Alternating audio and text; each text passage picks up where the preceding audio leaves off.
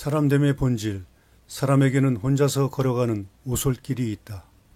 사람에게는 사회에 닿지 않는 길이 있고 대중의 눈에 띄지 않는 혼자만의 세계가 있다.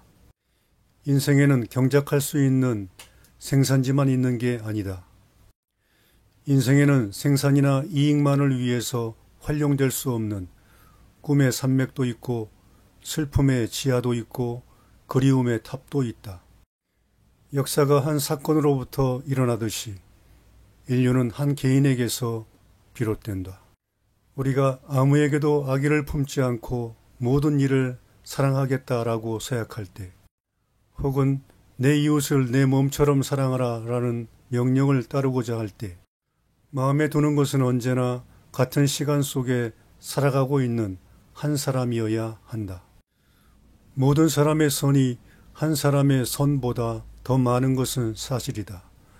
그러나 인류에게 의미를 부여하는 것은 구체적인 한 사람이다. 우리는 숨을 쉬는 공기와 떨어질 수 없듯이 우리가 살아가는 사회와 분리될 수 없다.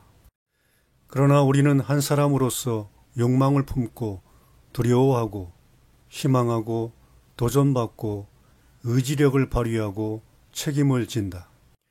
자세히 살펴보면 우둔한 사람일수록 그의 마음이 자기 멋대로 현실을 재단하겠다는 욕망으로 가득 차 있음을 보게 된다. 우둔한 사람에게는 마치 이 세상이 자기의 쾌락을 만족시켜주기 위해서 존재하고 있는 것만 같다. 우리는 모두 사람들보다는 사물들과의 관계를 더 중요하게 생각하려는 경향이 있다. 사람들을 대할 때조차도 그들을 우리의 이기적인 목적에 이용할 만한 사물이나 수단으로 여기고 상대하려고 한다. 우리가 사람을 사람으로 마주 대하는 일이 얼마나 드문 일인가. 우리는 무엇이든지 소유하고 사용하고자 하는 욕망에 사로잡혀 있다. 오직 자유로운 영혼만이 실존의 참된 의미가 자신을 남에게 내어줌에 있고 사람을 사람으로 마주 대함에 있으며 보다 높은 욕구들을 충족시키는 데 있음을 안다. 인간은 궁극적인 의미를 상실한 존재이든지 아니면 궁극적인 의미를 나타내는 존재이든지 둘 중에 하나이다. 사람의 존재는 대양에 떨어진 한 방울의 물이면서 또한 무한한 의미를 솟구치게 하는 셈이기도 하다. 모름지기 사람이 되고자 하는 사람이라면 의미 있는 존재가 되고자 하는 마음으로 강하고 급진적이며 도발적이다. 사람됨의 본질은 의미를 찾는 데 있다. 의미를 추구하지 않는 인간 존재는 오래 존속할 수 없으며 금방 우리의 눈앞에서 백일몽으로 사라지고 만다는 것이 현실이다. 사람으로 태어난 이상 인간 존재의 의미를 찾는 행위는 존재론적으로 마땅한 행위다.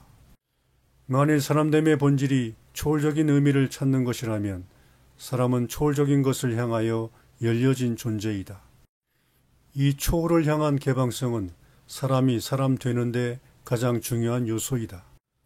존재의 의미를 추구하는 것은 단순히 존재하는 것으로 만족할 수 없어서 단순한 존재를 능가하는 그 무엇을 추구하는 것이다.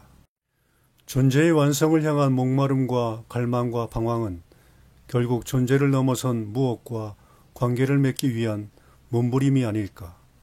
사람이 된다는 것은 싫든지 좋든지 얽혀 들어가는 것이고 행동하고 반응하는 것이고 놀라고 응답하는 것이다.